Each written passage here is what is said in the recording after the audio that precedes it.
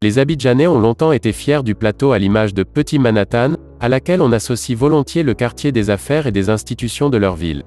Tant sa situation cernée par les eaux, et son architecture en hauteur rappellent toute proportion gardée, sa grande sœur américaine. Mais la modernité qui irradiait ces tours, symbole du « miracle ivoirien », initié par le président Houphouët-Boigny dans les années 1960, a bien vécu. Le plateau, avec ses immeubles et ses tours aux allures futuristes, bien que bâti dans les années 1970, a toujours fière allure.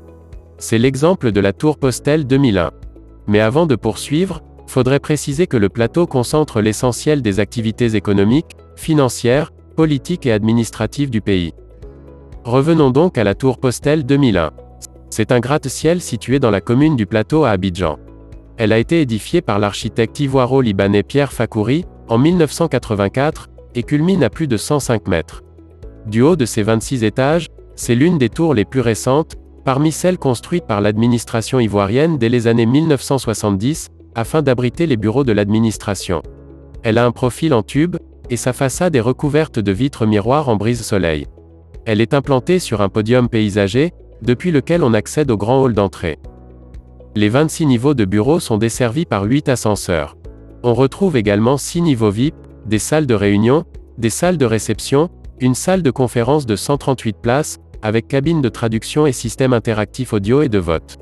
Sa vocation première était de regrouper 4 ministères. Celui des infrastructures économiques, des transports, de l'artisanat et des PME, et des postes et des TIC.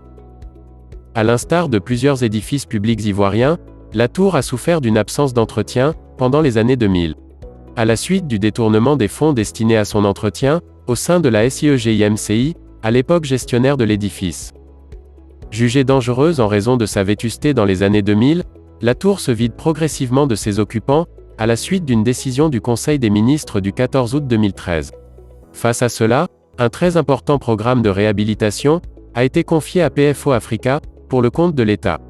Ainsi, le vitrage du mur rideau rosé, reflétant les couleurs du ciel, a été entièrement changé. De plus, le réaménagement intérieur de la tour a été le fruit d'une longue concertation avec le client.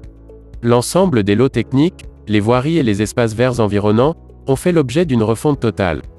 PFO Africa a par ailleurs assuré la mise en place du financement des travaux. La tour Postel 2001 a été entièrement réhabilitée en 2017. En somme, l'édifice a subi une réhabilitation complète pour un montant de 14 milliards de francs CFA.